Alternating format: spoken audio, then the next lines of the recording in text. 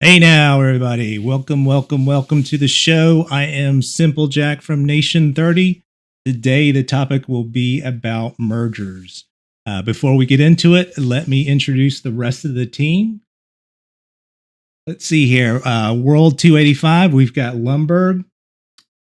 World 524, we've got Matty D. And we have from 373 Woody. We're having a little bit of a technical difficulty with him, but we'll see if we can get him up and running soon. But I'm sure that'll happen soon. But wanted to get started, get into the room about mergers, and it's a very focused discussion about number one, what are some of the goals that when your nation has been given a merge, what do you shoot for, and then what are some of the strategies that you take to reach those goals.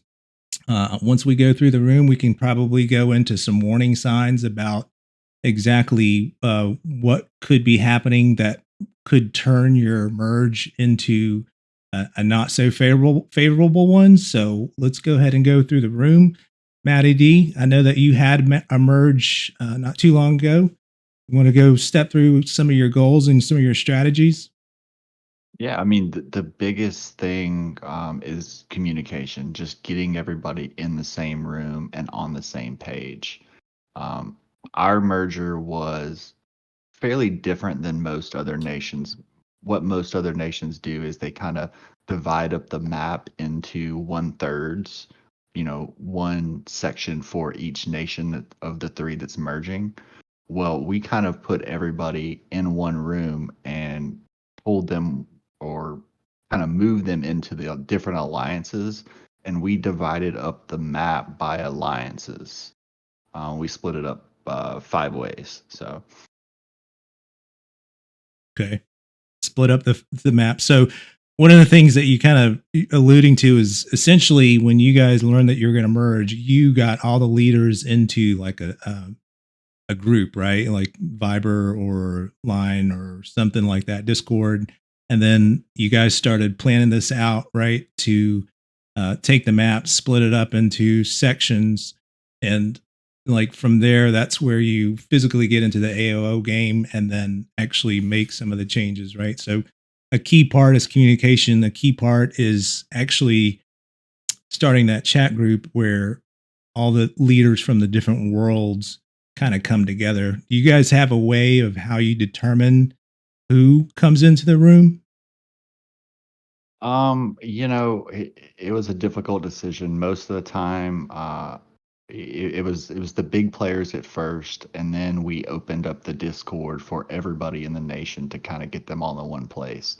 We are using Discord, and the only way to do that there is really to purchase a translation bot. So we set up translations across 10 different languages that happens automatically.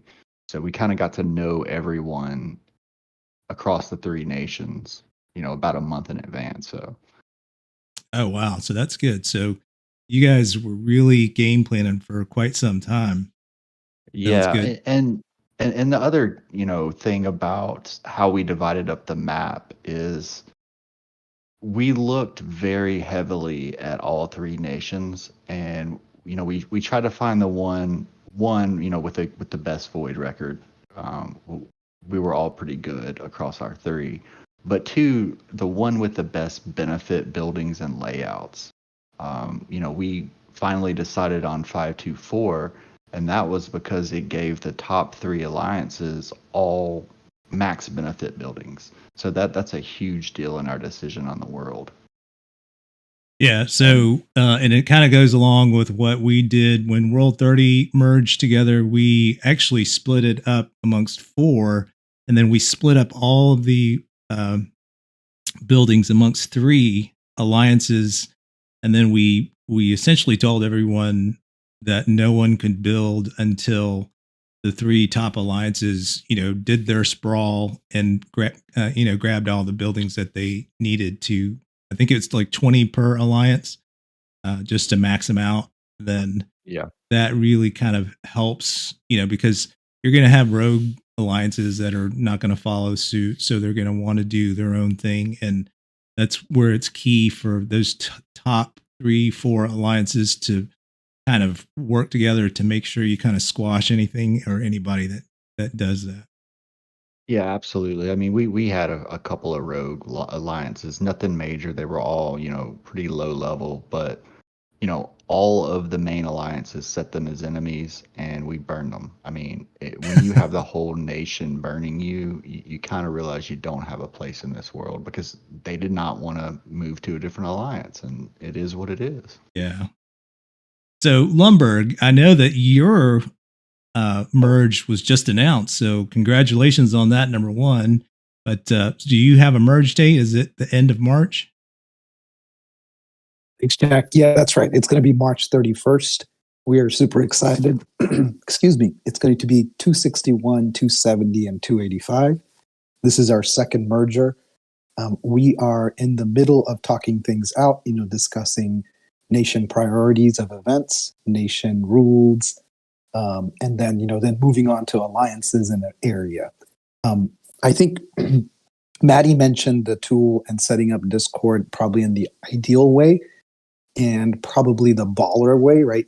Translation in Discord is not cheap. I used to hate Viber because it required your real cell phone.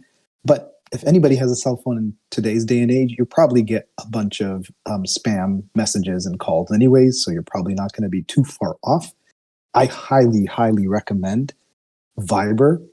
So I installed it as a result of this merger. Some of our partners used it. And it has a long press to translate. So any language, you just long press and then translate, and it's free. So if you want the poor man's merger planning, that's Lumberg, use Viber. So that's going to be my tip of the day. And just like Maddie said, Maddie's probably like one of the far off in terms of the planning and the coordination. It's hard for other nations to kind of do that, especially when, they don't have their act together as well as, let's say, Maddie does. But, communication and just, the same skills that apply to you communicating with your coworkers, with your family members, with your kids, all of that is relevant in a merger talk, right? So the basics of kind of, keeping it very respectful, and not flexing, right? Flexing leads to all kinds of problems.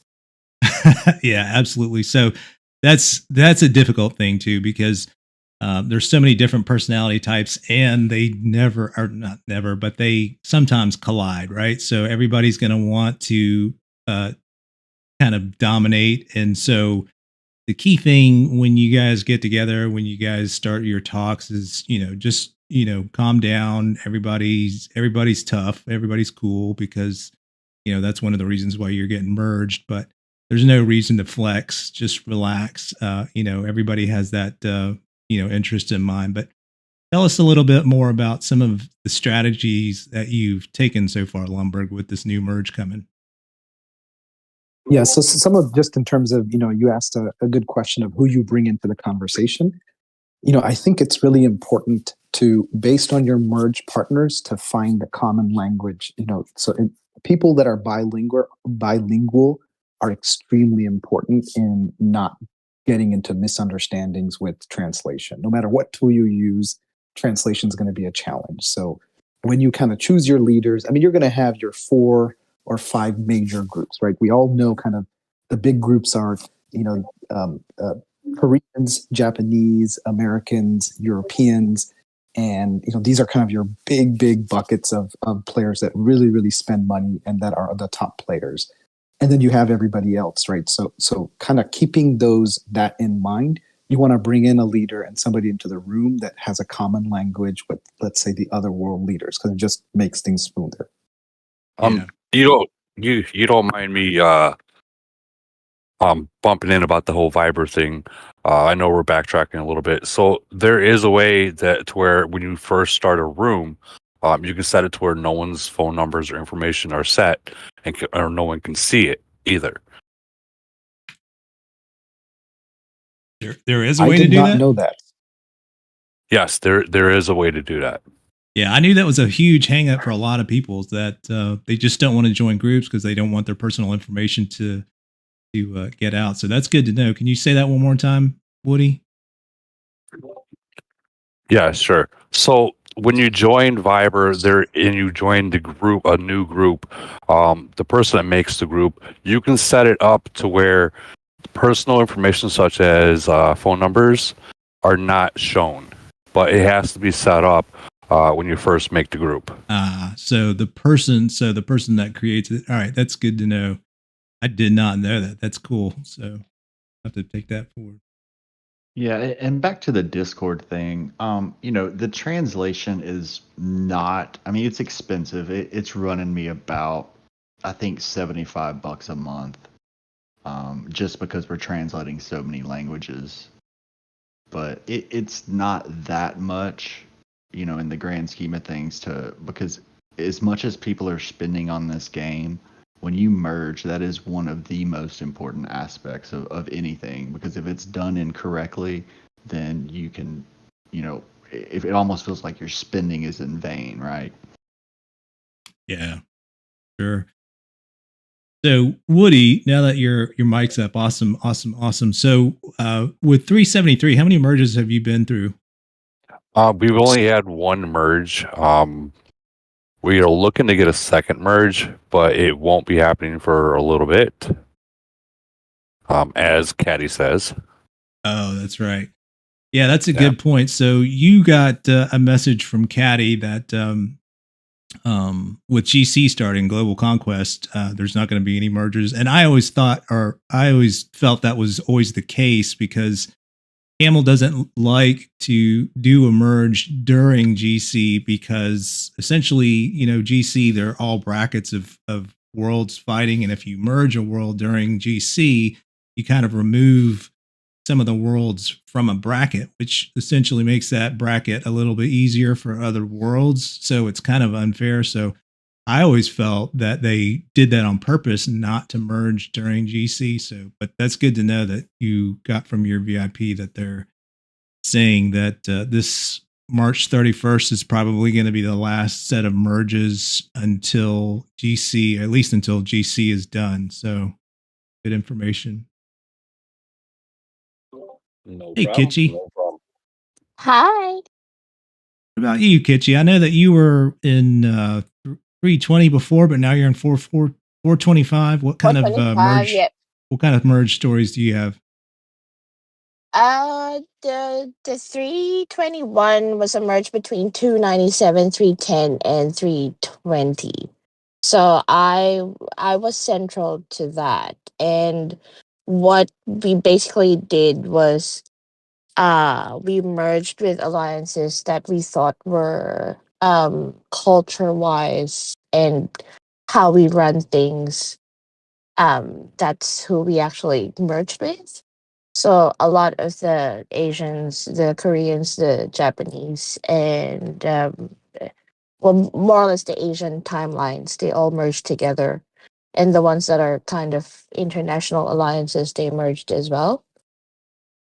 Which was okay at the start, but again, egos and stuff like that get in the way. So after 6-7 months, it kind of got divided, and then after that, it just wasn't pleasant.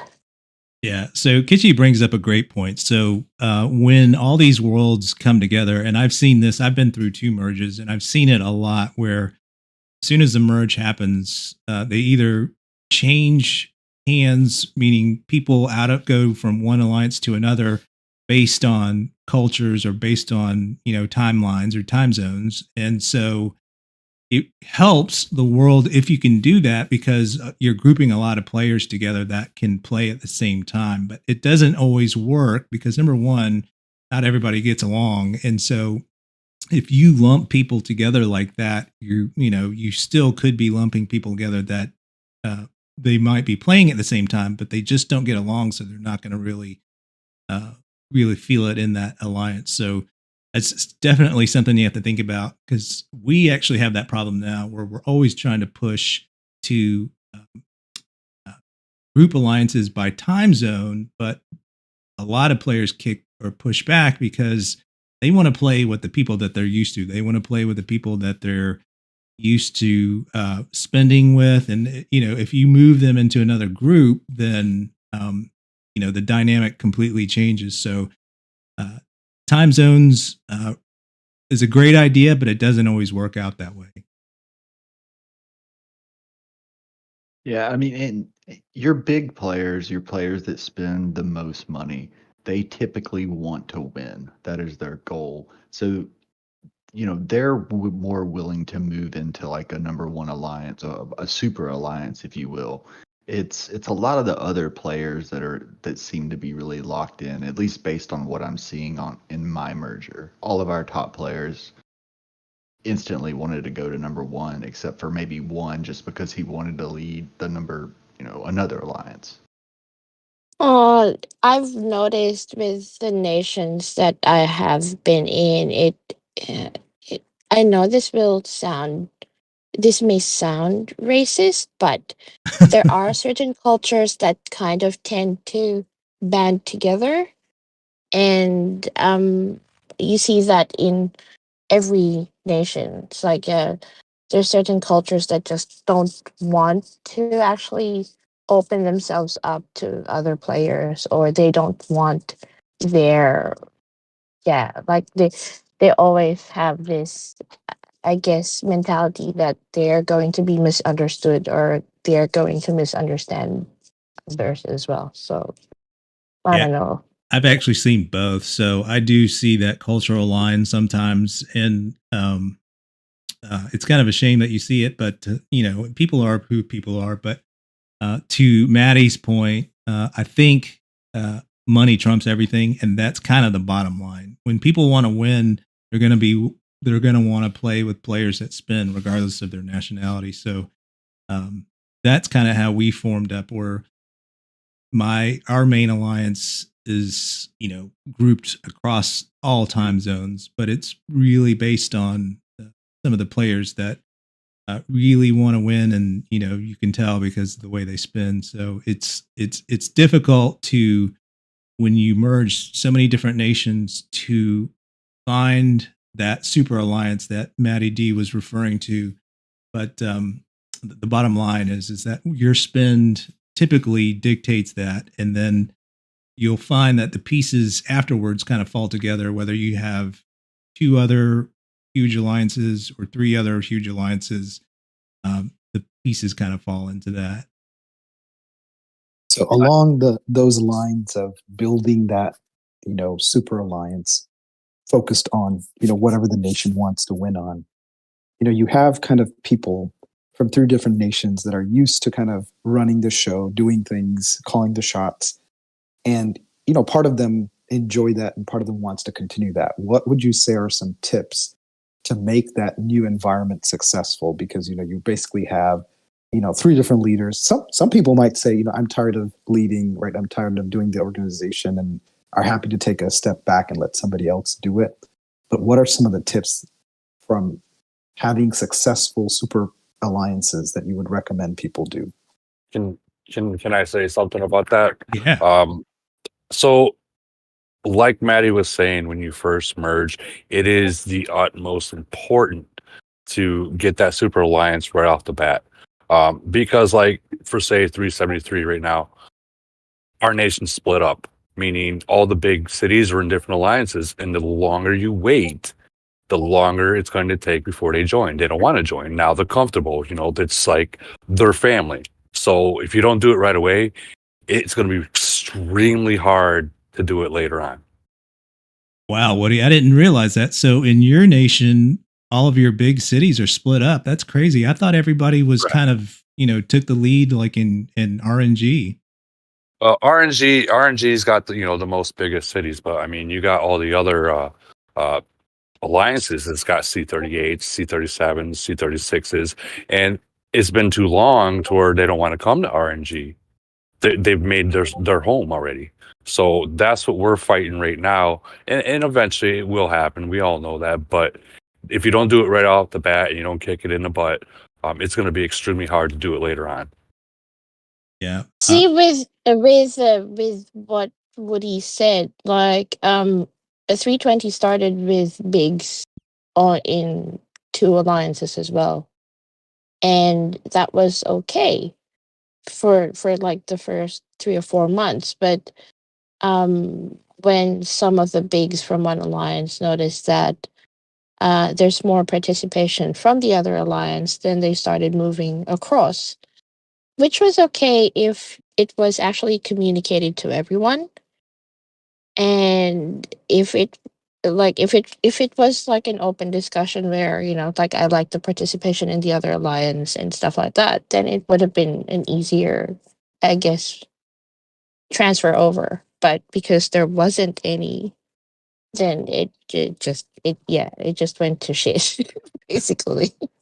Yeah, and back to Simple Jack's point, what does it take to be successful, or how do you lead that? First and foremost, you've got to find somebody that is willing to put in the time, because it is, for that merger week when it actually goes down, it is a full-time job. I mean, I took a few days off of work just to coordinate the crap. And then you've really got to be able to delegate. Lean on players. There's players you don't know from other worlds. You've just got to trust that they can take the reins and kind of do the tasks that need to get done. I mean, it really is almost like running a small business, except you've got 50 different countries across 15 different languages, and that just makes it that much harder. So, have any of you guys, as soon as the merge is announced, the leaders get into the chat room, have any of you guys encountered where it's just not going to go well? Everybody's not getting along, and a civil war is going to happen as soon as everything comes together. Have any of you guys experienced that? Mm. No. Sounds like you may have, Kitchi. No. I'm trying to recall as well, but no, I think it's like any relationship. You kind of have this mask or guard, and you want to present your best self to others, which I think, like in every other relationship, is the wrong thing to do. It's like, if you're blunt and you're honest and you're things like that, that's not something that you should um hide from the others. It's because at the end of the day, if you want it to work, then there shouldn't be any masks to hide from or hide behind. So I think it's better if it is, outright, this is me. I'm blunt, I'm straightforward, I'm a straight shooter. I don't like this, I don't like farms. Like, if you lay it out on the table as it is, then at least there's a way to compromise, instead of like, oh yeah, that sounds right. It's like, no, that's no. I'd have to say the first sign that you're gonna find complications with is you got big guys from different nations, and everyone wants to be the big guy of the nation. Like, every nation here has the one person that rules the whole nation. I mean, you guys can call it dictator or not. Like, in 581, it's boss, and then in Maddie's world, it's probably a great one. In my world, Bram. So they're always going to have the really big guy, and they're going to try to listen. But when you get a whole bunch of nations that don't got that huge spender, well, it might be a conflict of who's stronger. And that, if someone's going to sit there and say, well, no, we're not going to do it your way, we're going to do it our way, you already know right off the bat it's going to be a civil war, because it's going to be a power struggle. Yeah. So I have a funny story. When I merged, I was in 45. We merged into World 29, and communication was, this is probably 2.5 years ago. So, everybody kind of has a blueprint now on how to merge, so it's a lot more efficient now. But back then, when the merge was announced, all the worlds kind of checked each other out, and they started making, deals with each other. And so when the merge actually happened, two alliances, two of the bigs and the other two were at conflict already. They started trying to block each other. They started trying to, thwart each other, doing presidents and stuff like that. So it was kind of a mess. And it was, it later came out, as we as time went on and everybody kind of got to know each other, everybody thought that everybody else was doing background deals with each other. So they didn't really know that, everybody wants to get along. And really the true purpose of a merge is to make this nation stronger for cross nation events, so that when you compete against everybody else, all the other worlds, you need to be the strongest possible. And so you can't make those deals with specific worlds and leave other worlds out, because you're going to burn bridges there and, kind of have some of the hiccups that we had in World 29. So it's kind of funny to see that. Yeah, and I mean, one thing about this game is it kind of mimics the real world in a way. It's a little microcosm, little community, and it's got a semblance of government, whether that be some sort of republic or democracy, dictatorship. It's got its own little mini government. But the difference between this game and reality is quite simply, this is a game, and it's also a war strategy game. So you're going to have rules, and people are going to seem like dictators, and these rules are going to be designed by the people that are spending the money. And it's almost akin to real life too, right? You have these little C20s coming up wanting to say your rules are terrible, blah, blah, blah.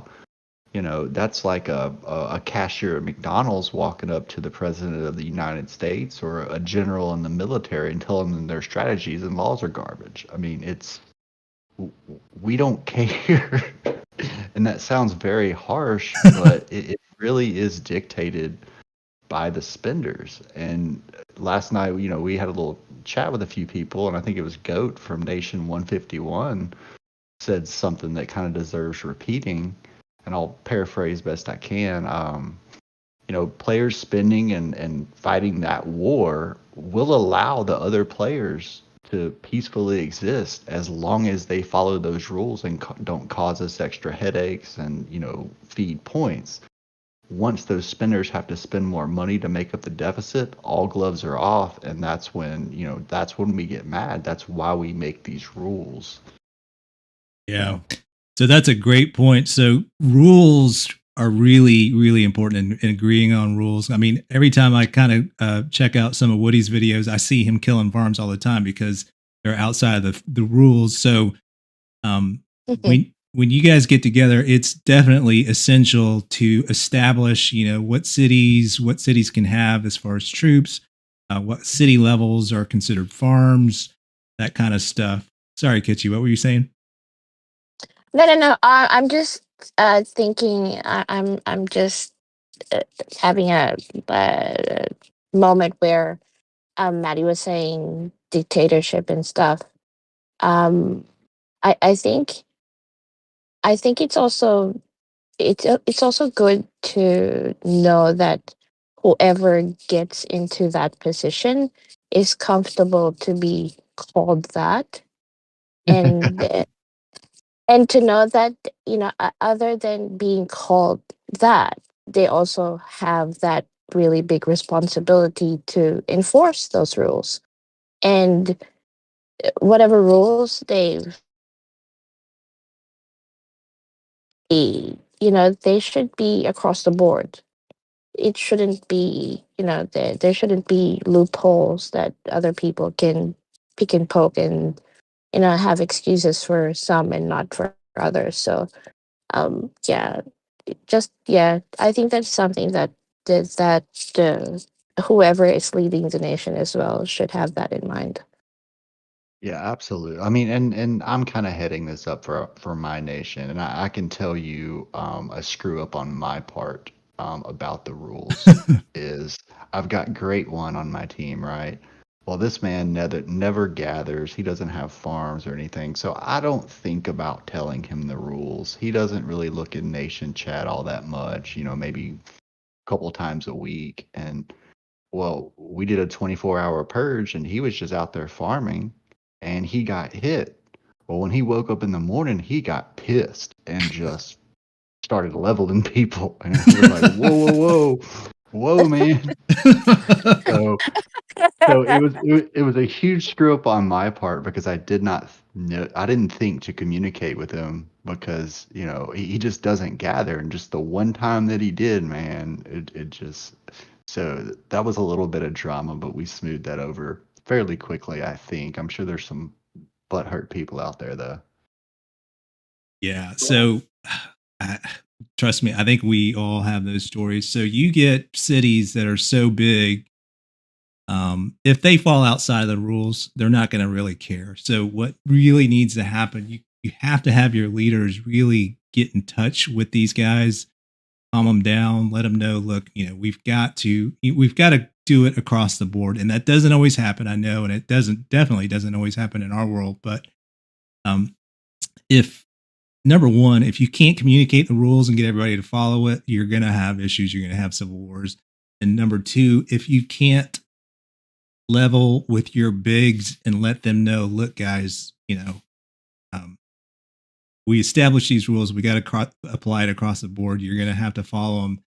That typically doesn't end well. So that's definitely a challenge. And we've always had that challenge. And I don't think it's ever going away because it's the personality types. It's the people that you play with that are like, you're not going to dictate to me. And it's kind of crazy because the rules aren't really that bad. Like Lumber, just run over the rules that you guys are going to establish real quick. Cause I bet you they're not even, that far out of, craziness. I mean, it's got to be pretty simplistic, right?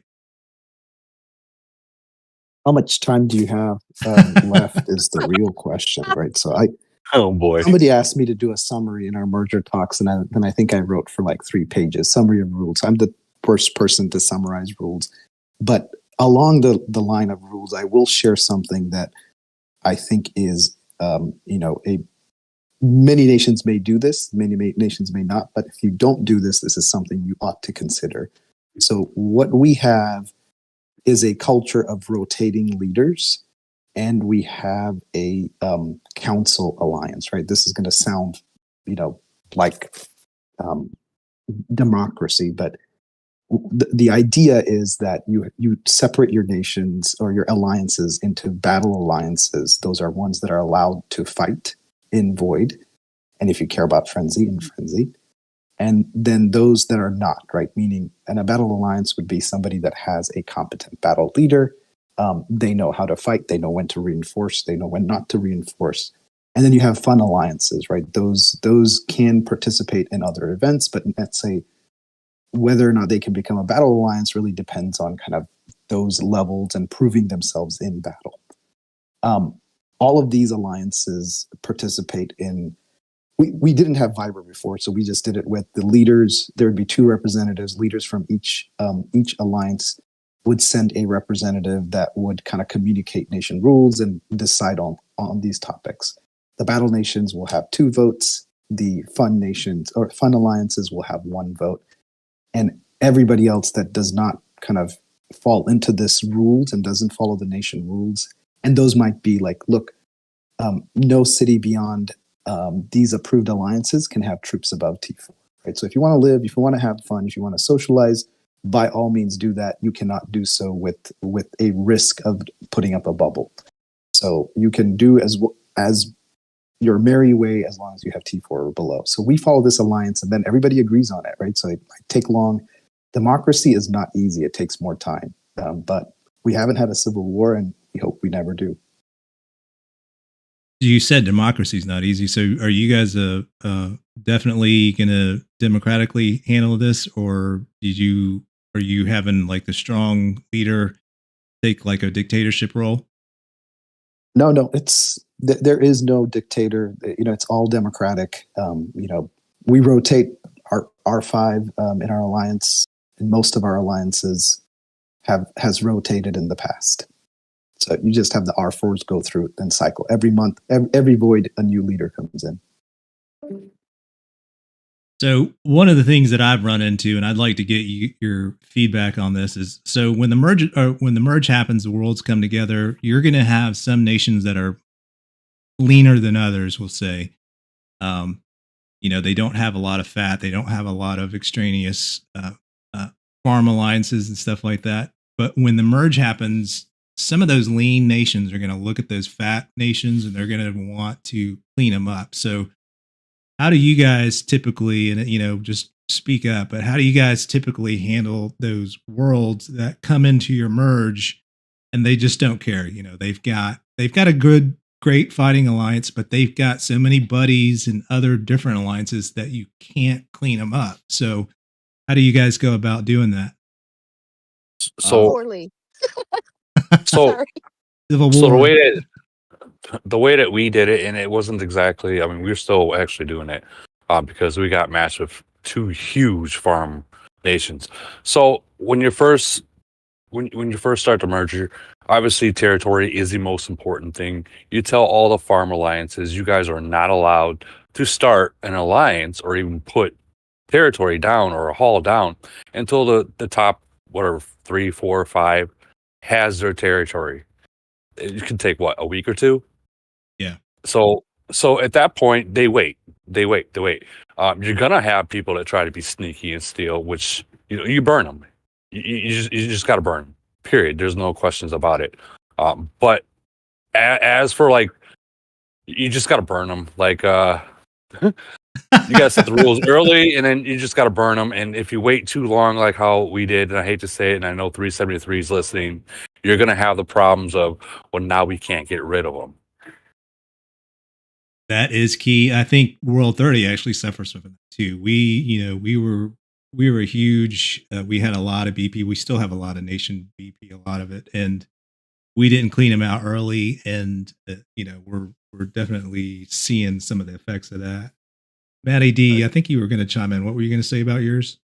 Yeah, I was gonna say, so like I said, ours is a little bit different. So we had three, a number one alliance in each of the three worlds.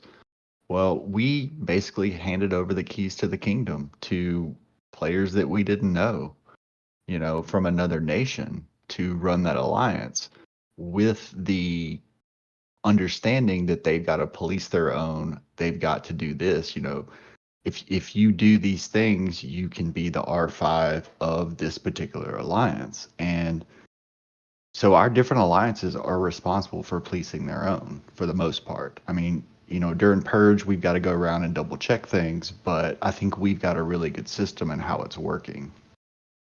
Wow, that is kind of interesting. So you guys kind of dictate who the R5 is? Well, we didn't dictate it. We discussed it because, pre-merger, that alliance, you spend a lot of time, you spend a lot of money, gold building that guy up, and to just give that away to a player that you don't know, it's a big decision, and you don't want to do it, and give it to the wrong person. So we kind of sat and discussed, hey, who do we want to be the leaders of these alliances? And are they going to be on board with our nation's plans, and that type of thing. That's, to me, that's kind of next level, Matty. That's like kind of getting the leaders on board on who should actually be leading each. I mean, it's smart, but it just seems like I haven't seen that before. Lumberg, are you guys kind of taking that same approach with your new merge? No, I mean, I'm realizing, a lot more democratic than most other nations. Yeah, and I'm not saying we're not democratic. Whenever we come up with a rule, I mean, all nations essentially have almost the same rules for the most part. Yeah. There's some tweaking here and there. So, we've got a nation leader chat in Discord that's got all the R5s and R4s. Any time I post a new rule, I will post it in there, ask for feedback. Some things don't translate properly, I'll make clarifications. And then after about 24 hours, and nobody said anything bad about it, then I'll post it as the official rule. And I'm generally doing one about every 3 days or so. Just because I don't want to just throw all these rules at people all at one time. But obviously some are more important than others, like, farms having T4 and lower troops, et cetera, et cetera. Sure. So, Do you guys actually establish, academies? I don't know about your worlds, but academies aren't really academies anymore. Really, They're useless. yeah, they're like just alt homes for alt accounts. But do you guys establish the mains, how many academies they can have, and all that stuff? You should only have one. If you ever do have an academy, you should only have one. Yeah, so we don't have any academies, and that's very specific. There are no academies.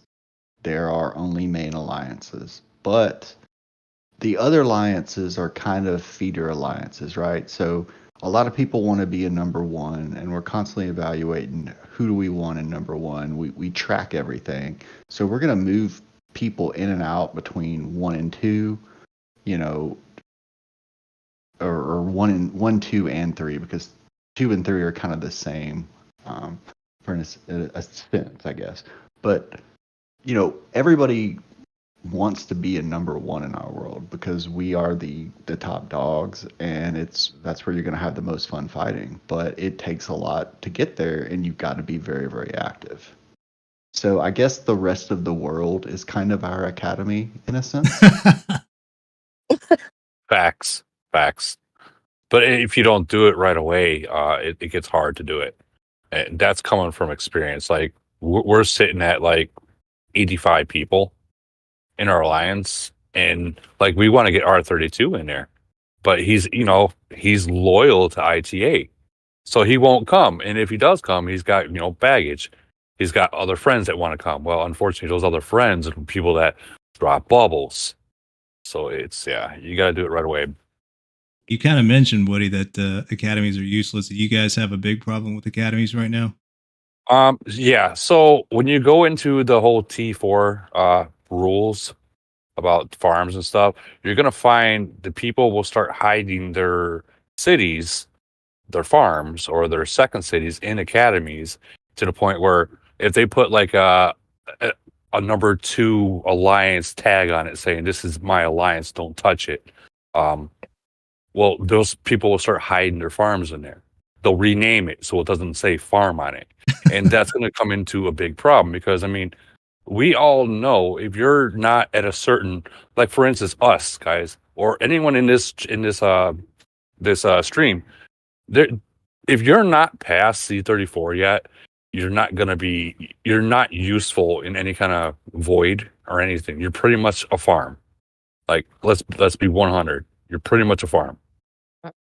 It depends on the player. I mean, I've got, like I said, we've got the top players in our number one, but we do have some C34s out there that we did not bring in number one just because, they're not that active. And I've even got a C30 in our alliance, but he is active. He's a spender. He kind of started late. So, he'll catch up eventually, but we take all of those things into consideration about, the actual person and what they do, not just their city level. Right. And the kills, their stats, their kills and their losses, it'll show everything. That's all you need to look at is kills and losses, and it'll show you anything you need to know about that person. Yeah, unless, they're building farms and just padding their kills by killing farms intentionally like some players do. True. Yeah, I've kind of seen that.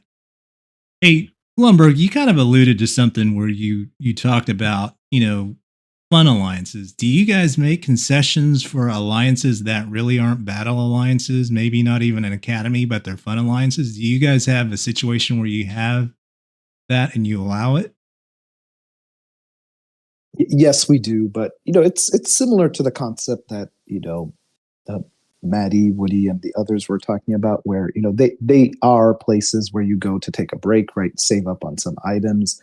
It's the social aspect of the game. You have some friends in there, but they have responsibilities, right? They lose their alliance status and their vote if they fail to present an iron shield in Void, right? So it's simple as that.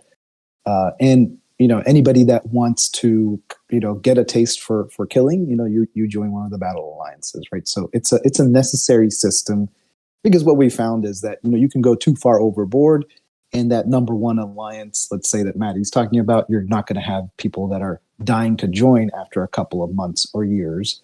And you need to keep people engaged in the game, right? This game, it's a lot of social aspect to it, right? A lot of us are here because we want to support each other and make friends. And, nobody wants to give money to Camel, but, we continue to do that. We continue to want to win, but there's a huge social aspect of it. So I think fun alliances are important, and that's the way we view them.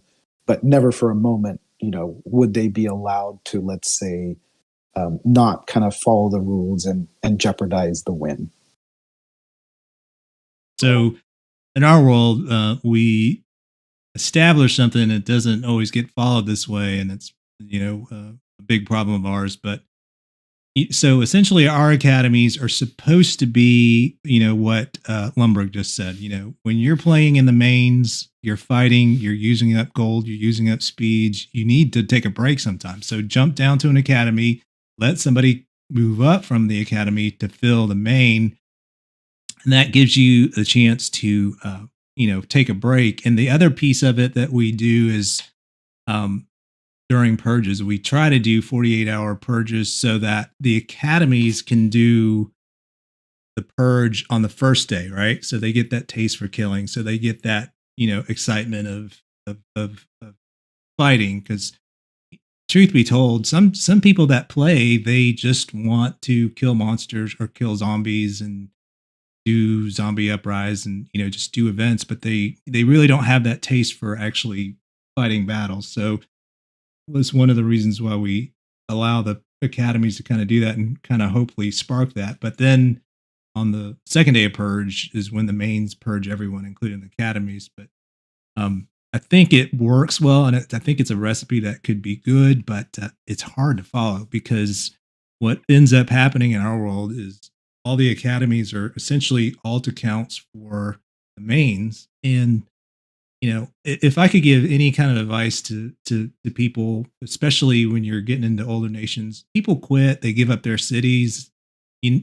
After a while, you start inheriting a lot of cities. Not you specifically, but people start having a lot of alt accounts. Just give them away. Don't try to run 10 different cities in that world because you're just kind of mucking it up for everybody else. So I really hate players that just have 20 different accounts and they're trying to keep track of them in different farms and different academies and different mains. And it really just makes things difficult. Yeah, I saw a world last night that I think 3 of the top 5 players were accounts that one person acquired. And they were far and above better than all of the other accounts. Like it made no sense to me. I have a question for Lumberg, and Lumberg and Maddie might be able to answer this. So, on your third merge, obviously, Nation BP is a huge thing that's going to be an issue, because now that you guys have been merged twice, you're going to be starting to get matched up with like Nation 30 and Nation 52, because now your Nation BP is matching theirs. Is that going to start to be an issue? Being that those really old nations, the god nations, they might just walk over you guys because you guys are, newer. Is that going to be an issue? Because a lot of people that want these mergers, they don't understand that it can hurt you. Yeah, I mean, I can definitely say. I mean, I'm in the 5.5.2.4, right? Right after our merge, our voids and frenzies are in the 300s now, and it's not a problem for us just because of the way we're set up. But if you don't have a not so favorable merge, and you've just got this bloated BP, you are definitely outclassed because the average player in those worlds is C34, whereas we're sitting at C31, C32, and that's just a huge difference. That's huge. Well, Lumberg, so your third merger, have you done the adding up of where all 3 of you guys now are going to be in one nation? What is your overall nation BP going to be compared to yours, Simple Jack? Is it going to be right there at the same, or at least relatively close? Because that's going to be you might start getting unfair matchups because of it. I think You it's know the what your second merge. what your BP is, Lumberg? I don't. It's going to be high, but then it will come down. Woody, just to make sure, we are on our second merger. I talk about mergers enough to where you think we might be on our third, so I don't blame you. I will say that I've noticed a recent trend in the Void matchups. So even before we had this merger announced, and I think in last Void you'll notice a lot of the older and newer worlds got paired, right? I think like 30 got paired with 151. It used to be like 30 would only match with 1, 2, 33, 72, 99, these first world nations, right? So Camel has, I think, two things has happened, and Jack can speak a lot more to this, and Nikki can on 30 and 52, is that there's been a mass exodus of players from those nations just because if you think about it, a merger revitalizes spending, players, energy, and a lot of activity, and they're having fear of that. They have fewer matchups, and it's kind of stale. So in some ways, and Jack has alluded to this, that the fight style of the new nations is very different from the old ones. So we did actually have a Void with 113, I believe, which is a twice merged nation versus we were a once merged nation. So huge difference in BP. And we started off really behind, like 4 billion points behind. But Void is an area where it doesn't matter what your BP is, right? It matters what your discipline is. And some of the older nations, just haven't had to have discipline because they can just get by and power through it. The newer nations, it's kind of do or die. And so I think Void is always an interesting matchup. You can almost match with anyone and win, right? BP doesn't matter. But some of these other things like Global Conquest, like let's say Duel of Domination, BP and average seed level absolutely matters. I think instead of focusing too much on kind of the who you're matching with, it's kind of a challenge, right? So you always want a good opponent. You don't want an opponent that will reinforce with T4 as a C38, right? That is just ununderstandable. Like, why do you play this game, right? So you want a good opponent no matter who that is. That's kind of my view of it. Yeah. That should be bannable. Yeah, I don't want to see that. Yeah, I mean that the whole T4 fighting style is just, I'll just say it'll never be on my channel. So Like, Woody and Lumberg, I've heard very vocal against this. I actually think it gives like some of the little guys something that they can concentrate on to do, because Woody and I kind of saw some tactics about stuffing as many Titans into one city. I think we saw as many as 17 different cities in one, and Lumberg explained it to me, and he showed me how it was done. But real quick backtrack. So Lumberg mentioned something that's really important. Whenever there's a merge happening, there is an excitement about that world.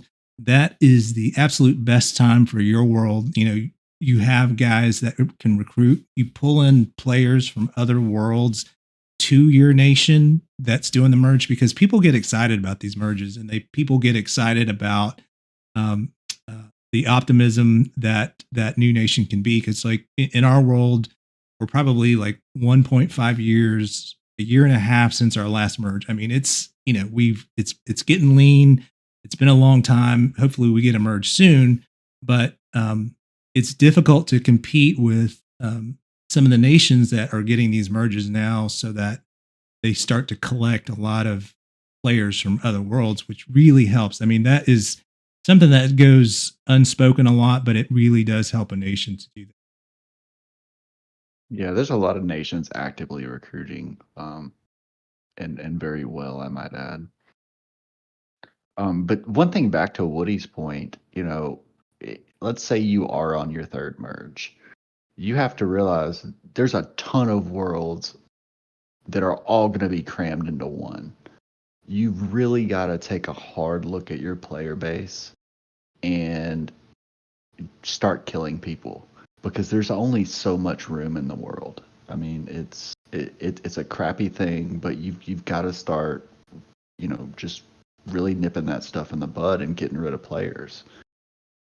Yeah, that's one of our rules is kind of going off what you just said, that academies and mains are the only alliances that are allowed to collect gold, right? Because the gold mines are very limited, and if everybody collected, that would take away from the mains and academies. So if you're not part of that group and you're gathering, you can be killed. So Yeah.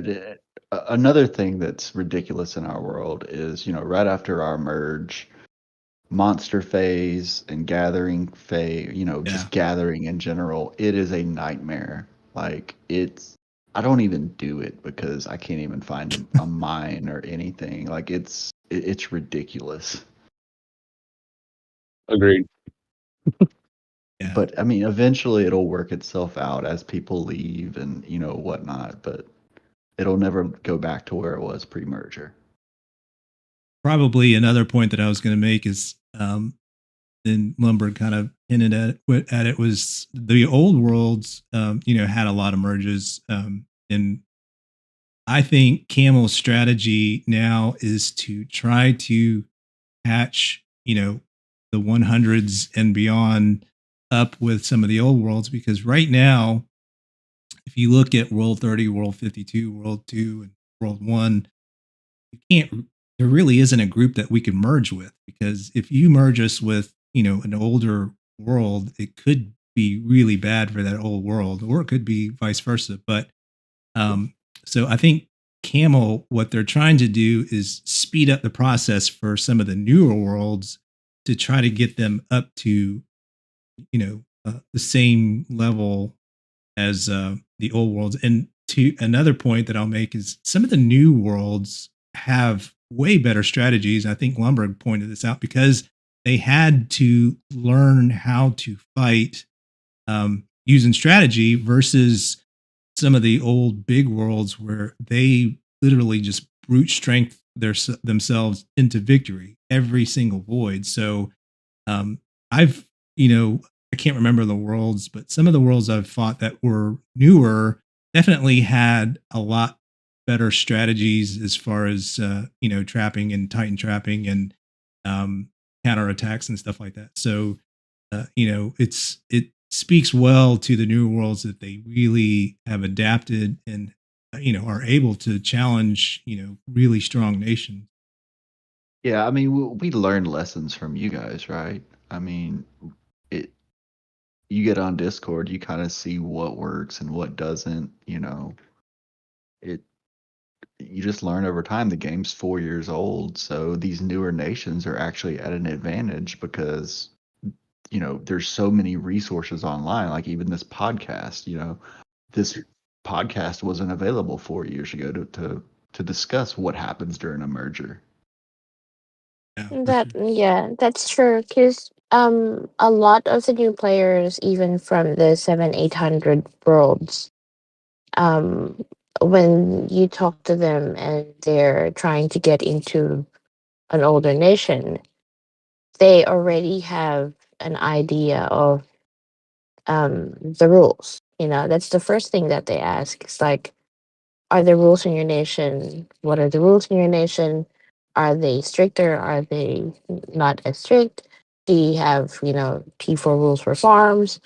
Do you have, a BP rule? Or do you have kills, kills and loss ratio kind of rule? So that wasn't, I don't think I've ever heard of that before, like, a year or 2 years ago.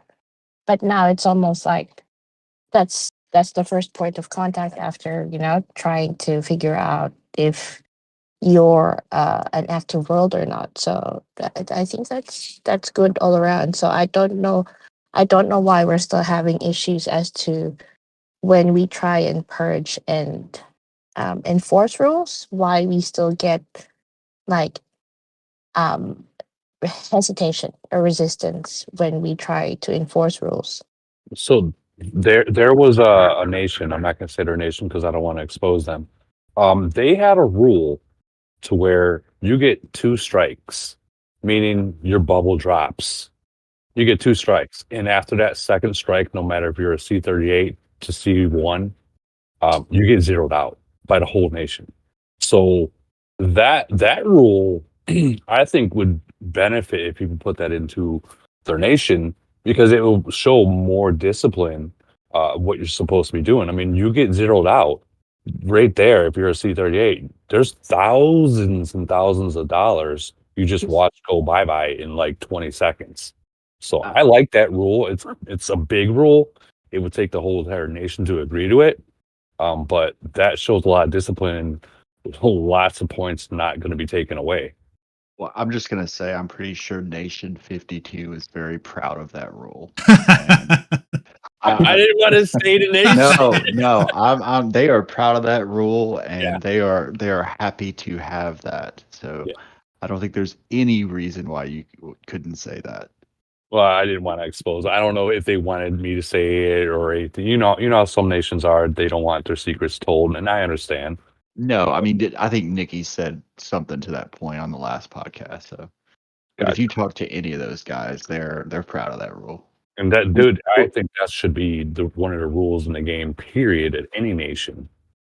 Woody, I don't think 373 can zero Ram or Youngblood, even if his bubble drops. But just you need to put an asterisk by that rule.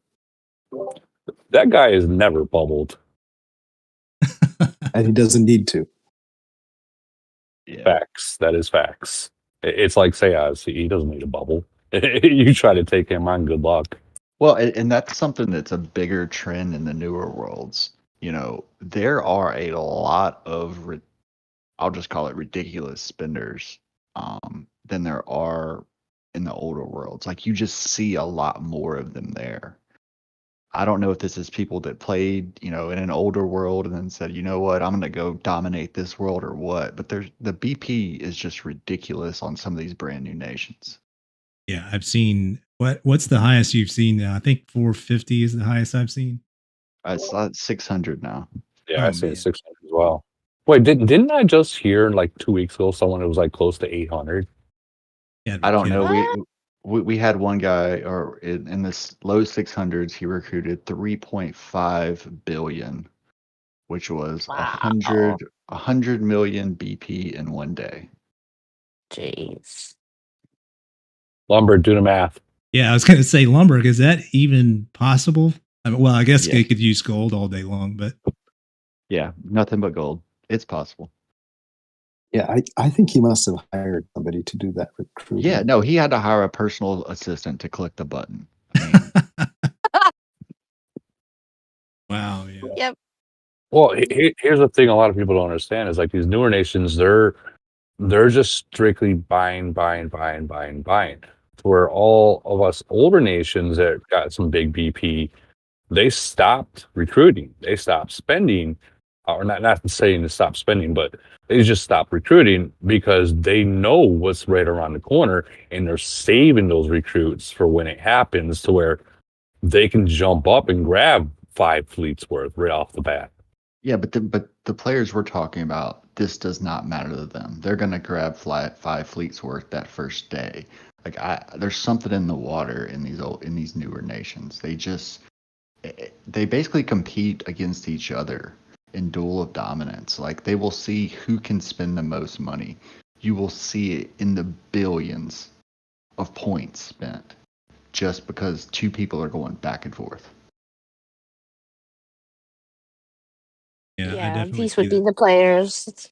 Yeah, there's a lot of players in newer nations that would, place a gold shield or a gold buff on the whole, like the alliance, just because they can. So, it's like, why not? Yeah, no, I mean they're in just a point. They're trying to outscore in points, even though Mhm. go ultra shields are not the best use on small players, but Yes. they're just flexing how much money they have.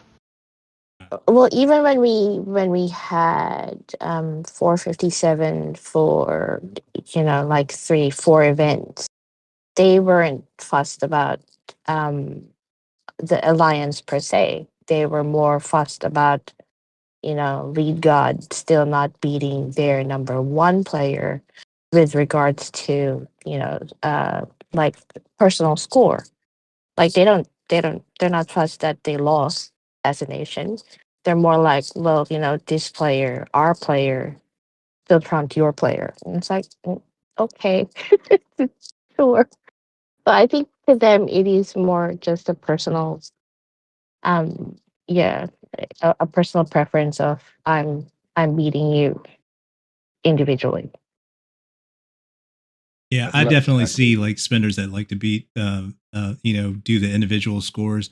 One thing that I need to point out with the newer nations that it must really suck for them because when I was coming up through the cities, I had to sit at C30 forever for months. I had to sit at C34, C35 forever for months, and then C38 because when I was in the game, they didn't have levels above that. So when you maxed your level, you were sitting there, and everybody else had a chance to catch up with you. In these newer nations, you've got these guys that are huge spenders.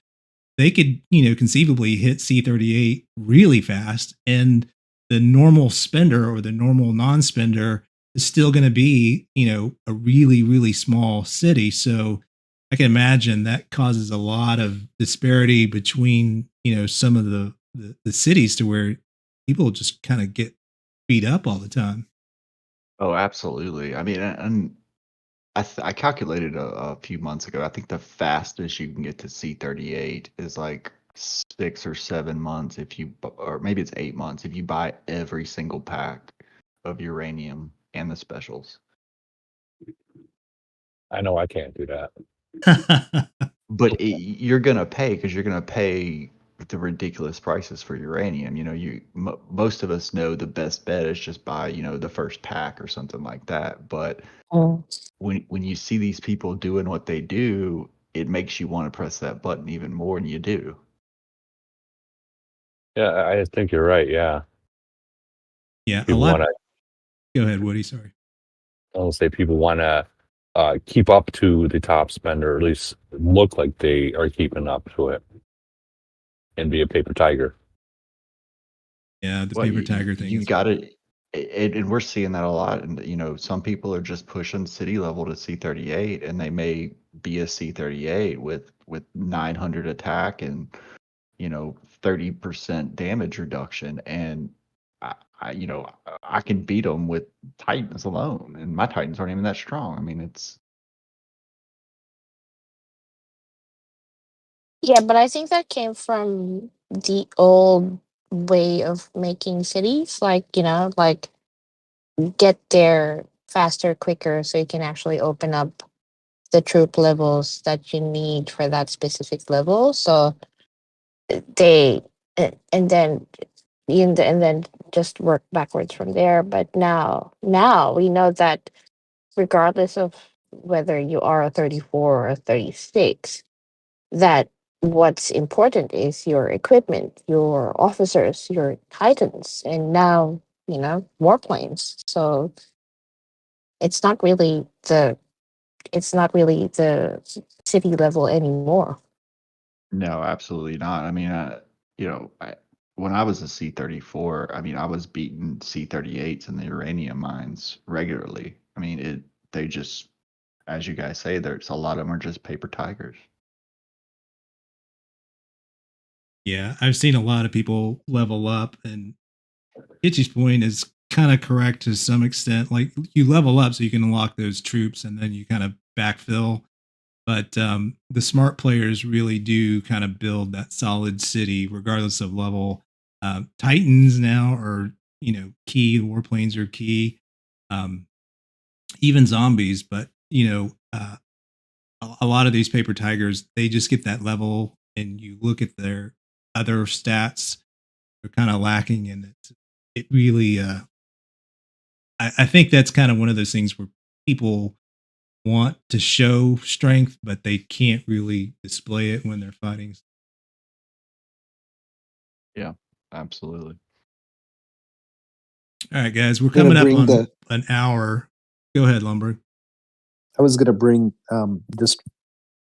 I wouldn't do justice if I didn't share this thought process on mergers, but one of the obvious yet hard to achieve hidden truths in merger is your success as a nation and in the merger really depends on whether or not you have successfully, before you've come to the table with that first merger in your nation, integrated your alliances to form an international alliance, right? So it's really important. The natural concept of the game is that, look, it's easier to play in your own time zone. It's easier to play in your language. But as a nation, if you care about winning, you will kind of get past that comfort zone and form an alliance that will be international in nature, because then you have those ambassadors, those diplomats that can reach out to all the different other alliances. And honestly, the most nations that succeed have an alliance that doesn't have to be a super alliance, but does have some place where everybody that is because you can't pick who joins your nation, right? We're not a lock nation. You're not limited to your nation, and who you merge with is all determined on who starts into that nation at what point in the globe, right? So you have spenders, you don't have spenders, and you have people from all over your heavy spenders are still going to be in those 4 groups that I talked about. But being able to bring that together, I think if you're considering a merger, if you're coming up with a merger, first fix kind of your own backyard and try to bring everybody together, because you're not going to achieve that suddenly in a merger. That would be my, kind of hidden gem or hidden advice for mergers. Yeah, I've got one more little note to add on to that. And Lumard has a really good spreadsheet on this, but mergers are typically done in cycles. So there's a range of nations, and once they get to your range, that's when you merge. Now, there are some outliers there, but for the most part, that is what happens. So we know we're not getting a merge or the next set of merges for probably 3 months because of global conquest. So what can people do to, I don't want to say speed up their merger, but make sure that they're early in that cycle? Is you've got to go ahead and implement all of those farm rules, get your nation BP down as much as possible. And this is the crappy part, but you really need to consolidate your world down to 2 or 3 alliances. Like, you've got to get rid of the fat, because once you come together, you're going to have to fit 6 to 9 alliances worth of players in the world. So it's either you clean them up now or you clean them up after the merger, and it's a lot more work. So get started now, and just, you got to cut the fat. I agree. 100% agree with that. So, and one thing I was asked, and I know this is a little bit off topic of a merger, but since we were talking about city level, I was asked about at what point do you think is good to go to the next city level, and you can check the little chat that I posted. On average, and this is just my thought, you guys, and I would actually love to hear you guys' opinion. A C34 should be around 600 LRA or MRA. C35 600 to 800. C36 800 to 1,000. C37 1,000 to 1,200. C38 1,200 and up. Like on majority of these cities that you see, that's usually right around when you want to, when you get to that point, go to the next level. If you're not around there, don't, because you're going to be a paper tiger and you're not going to be able to hold your own. I mean, the melee HP, that's a big, obviously you got to kind of match that or at least get somewhat close as well. But can you guys touch on that and see if that's right about average to be our world? Like, so our alliance, we've got some C35s, but essentially, to answer your question, our alliance is your LRI has to be 1,000 or above, and to be an NX3, and so we don't really have that quote unquote paper tiger syndrome. But I guess, though, because our world is so old, that people have had a chance to move up and get it up, because there really aren't that many C34s in our world that are viable at all. Addie, do you have anything? Oh, I could say a lot, but our podcast would continue for another 2 hours. So I think that's a separate topic maybe for another day, and kind of finish up the merger talk if there's anything left. Yeah, yeah. No, but to answer your question, Woody, yeah, we don't really have any unwritten rules about when, you know, cities should go up. I think for the most part, everybody kind of trusts everyone else to do it, but it is kind of a problem that people try to level up without getting their stats up. And I personally just haven't seen it, but like I said before, it might be just because my world's so old that people have had a long time to really. Yeah, that's what it is. I mean, your world, you were waiting on the next upgrade. So you had, like you said, you had those people had time to catch up. Yeah. Now, you can have one person C38 and the rest of the world is averaging like C24. I mean, that's just the reality in some of these later worlds.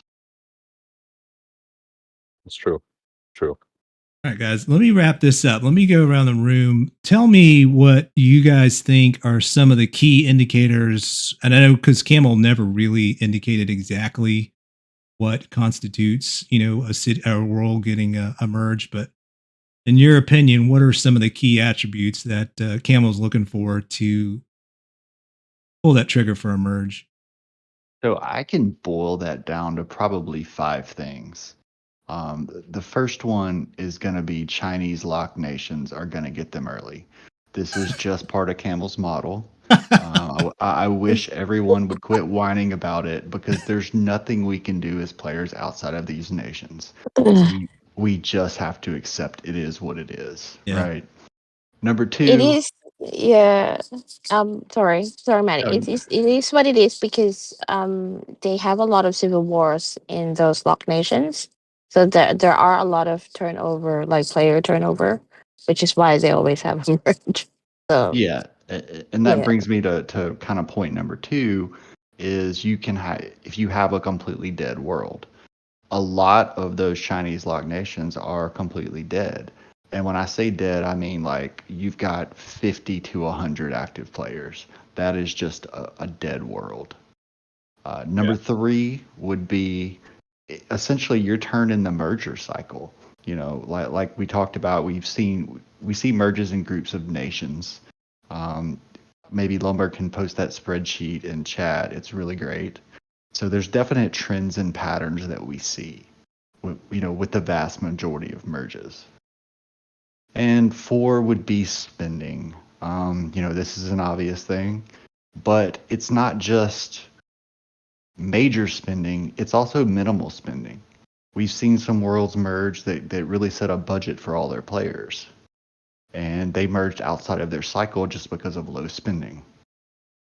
And then number five, I mean, that's an obvious one. It's going to be VIP influence. Yeah. So do you guys equate logins as part of that, or is that part of spending? Like I've heard people say that to stop logging in to try to influence Camel.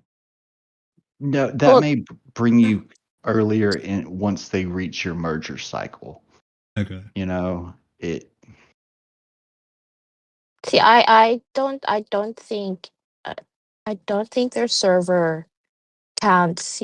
Like one player having 10, 15, 20, 50 different cities as one player. One city is one player to them. So if you're one of those nations that have one player that has 50 farms and they go all into those 50 farms, technically that's 51 players then. That's not just one player having 50 other farms and a main. It's 51 players. So I think that's where the disconnect is. Like they're not actually counting players per se. They're counting like how many times you actually go into the game with a different login.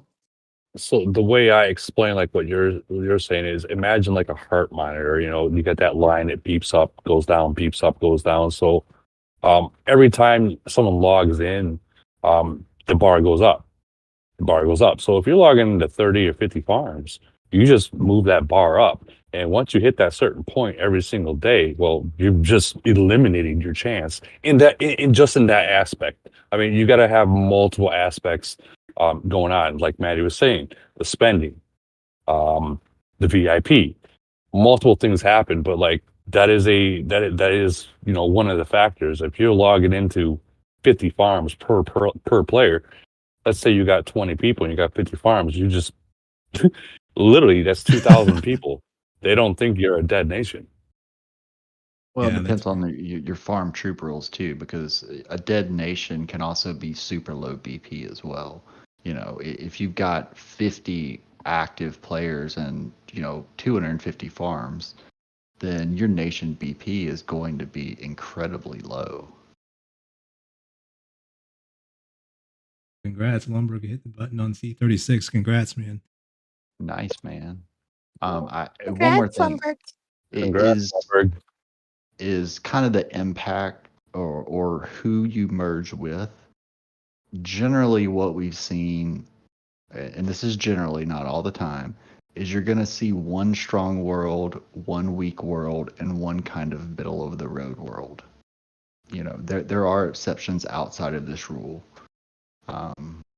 Yes, you're one of those exceptions, Mr. 290% win rate worlds. Yes.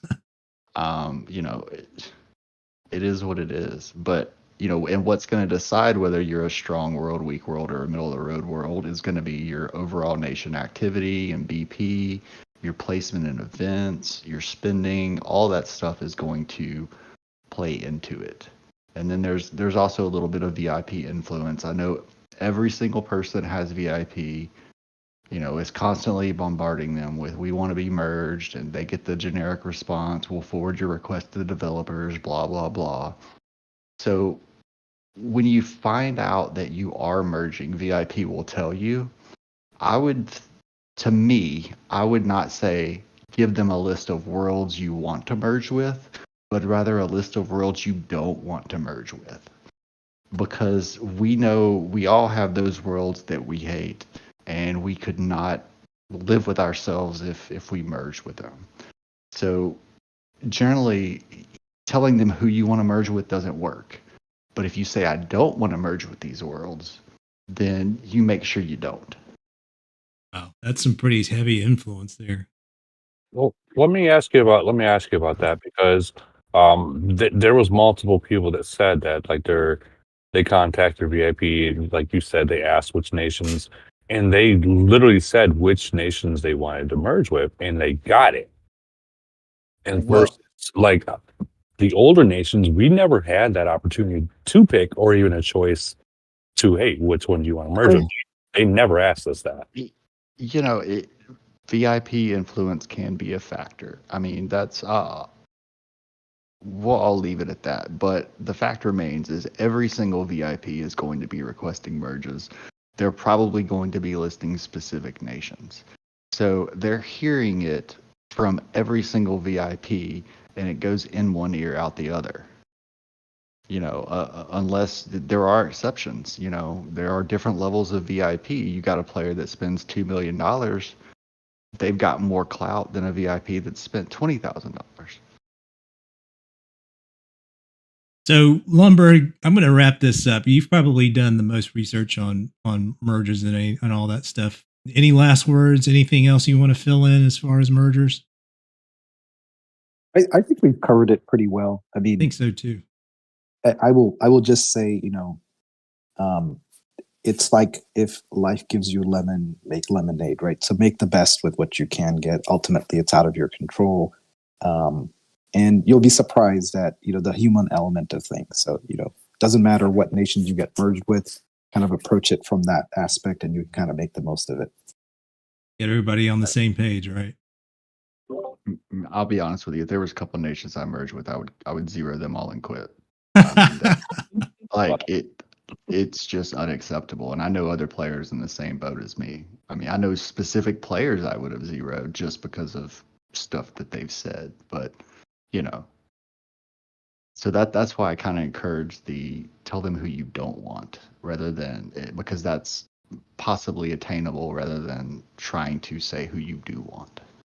Well, it's also going to be a shorter list. Yes. Yeah, compared to the nations that you want to be merged with, it's going to be probably 5 or 6. So the nations that you don't want to be merged with, there's probably going to be only 1 or 2. So Absolutely. I think we should end with Maddie sharing the list of nations he did not want to merge with. Oh, I don't want to do that. That would be mean. Wow. They know who they are. oh wow, They know who they are. Maddie wants 374. No, I want 374 in void because there's a certain individual I would love to shut up. uh, Oh boy. All right, guys. Oh, All right. Lordy. Very good. All right. Well, thanks everybody for joining. I'm going to wrap it up. It was a great show, great information. Maddie D, Woody, thank you very much for coming on. Hitchy and Lumberg, of course. Thanks everybody. Nikki as well. Thanks. And we will call it a show. Thanks very much. See you guys. All right, Bye, thanks, guys. guys. Bye, guys. Thank you.